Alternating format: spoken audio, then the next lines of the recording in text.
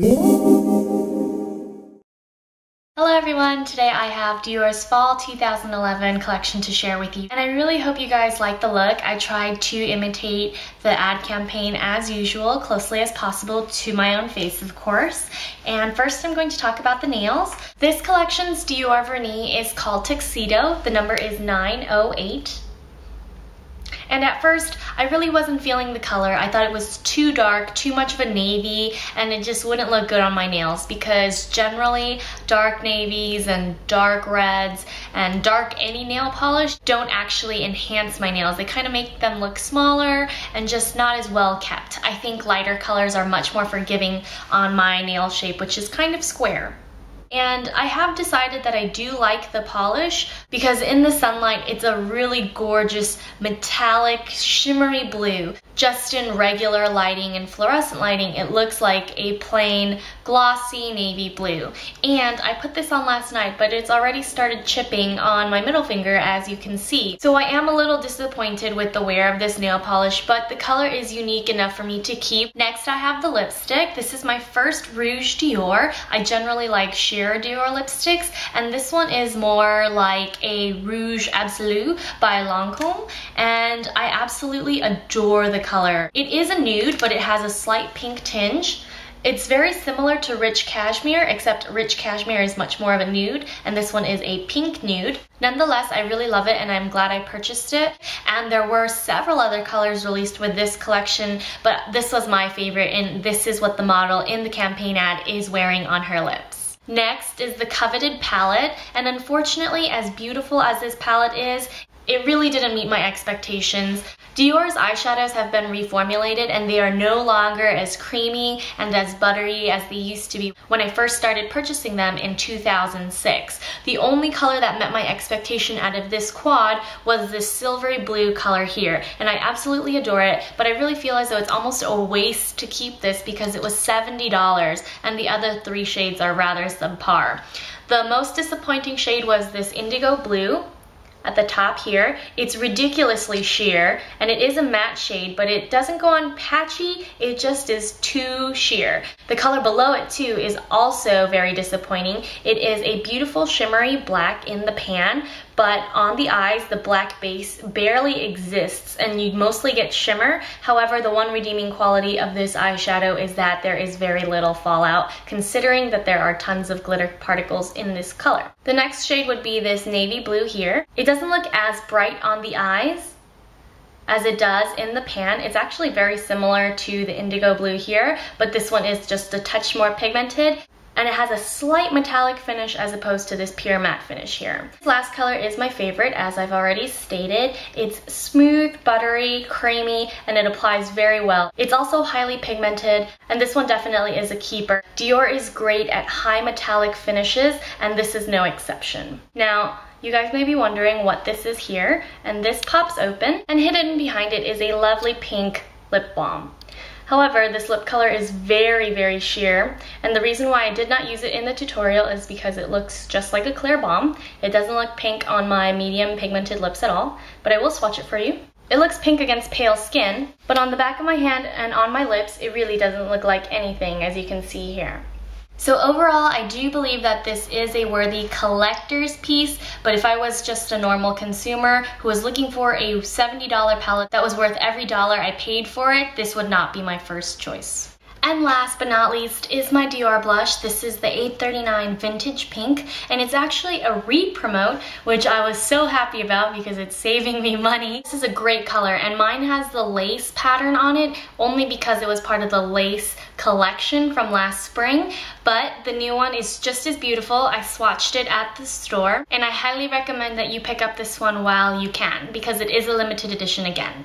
That's the end of my brief review. If you guys have any further questions, go ahead and feel free to leave them below in the comments. Now let's get started with the tutorial. So I went ahead and applied my Dior Air Flash foundation in 300. I went ahead and sprayed it on my face in the same way that I did in my last Dior tutorial, which I'll link below. It is slightly on the messy side, so that's why I didn't want to show the footage again. You can just refer to my last video if you do want to see the application process. Now I'm going to apply my Dior Sculpt Concealer, and this is in 02. This is actually my favorite full coverage concealer for the under eyes. I do use my Clé de Peau concealer quite a bit, but as I've become more tan this summer, it is a touch too light for me. So the Dior Sculpt has been working great for me. And now I'm going to use my Guerlain O2 Meteorites Pressed Powder with my Dior foundation brush to set my foundation and concealer. This is one of my favorite flat top brushes, and it's great for foundation and blush. Now that our complexion is complete, I'm going to start with the eyes, and first I'll be using By Terry's eye primer. I'm going to swipe it across my eyelid, and using a finger, just blend it out, take it all the way up to the brow bone. Now for the brows, I'm going to be using my Limited de Beauté Fawn Eyebrow Pencil. The model in the Dior ad has very light brows, so I'm going to imitate that look. This brow pencil is really waxy, so you don't want to overdo it, but it really does help keep the brows in place. And now I'm going to take my Dior Show Brow Gel in clear and groom my brows so that it gives it an uplifted look. This is actually one of my favorite brow gels, the other one being Lancome's Brow Sourcil. Now we're going to get started with this gorgeous blue tie palette. I'm going to start with the deep blue black at the very top and taking the smaller sponge applicator tip that comes with the brush end, dip it into the eyeshadow, and I'm going to place it right along the lid, making it darkest at the lash line. Now I'm going to take the navy blue right next to the indigo blue, and I'm going to place it right above the lid, and moving up toward the brow bone. And as you guys know, when it comes to Dior, I like using the Dior applicators because I find that they're the best. I generally toss out all other applicators, but I keep my Dior applicators and I actually use them. Now I'm going to take the shimmery black and I'm going to pop that right in the crease, slightly on top of the lid. The multicolored iridescent shimmer is beautiful, but unfortunately this eyeshadow is not as smooth. You could use it wet if you would like. I just prefer to use all my shadows dry, at least in the tutorials. Now to finish off the look, I'm going to take this deep silver here and concentrating it in the inner corner and up around that navy blue. Go ahead and give it a quick layer. Then take any blending brush, go ahead and blend out that outer edge here.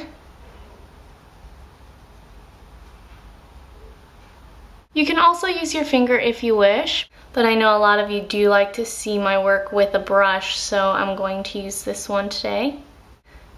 This is by Sigma, for any of those curious. I'm going to take one more dip back into the silver, and now I'm going to apply it even higher than I did before, so closer to the brow bone, bringing the shadow all the way down to the edge of my lid, blending it out one more time with the Sigma brush. And this time I'm going to take the eyeshadow all the way up to the brow bone and bring it back down.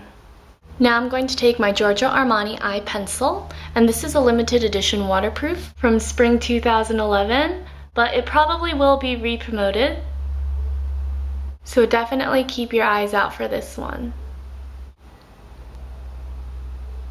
I just rimmed the upper waterline, and now I'm going to rim the upper lash line. Just push the pencil against the lash line. And it doesn't have to be perfect because we're going to blend it out with a brush. Now using this pencil brush, I'm going to blend out that eyeliner. Just use light feathered strokes.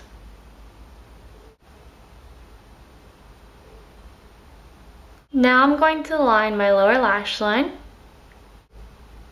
And I'm going to be very generous in the inner corner. Now I'm going to curl my lashes and apply my Dior Iconic Waterproof Mascara. This is my first time trying the Dior Iconic Waterproof. I used the Iconic in the past, and I believe I've gone through 3 tubes of that one. I really do love the Iconic and the way it makes my lashes look. So I'm hoping the waterproof will work even better for me.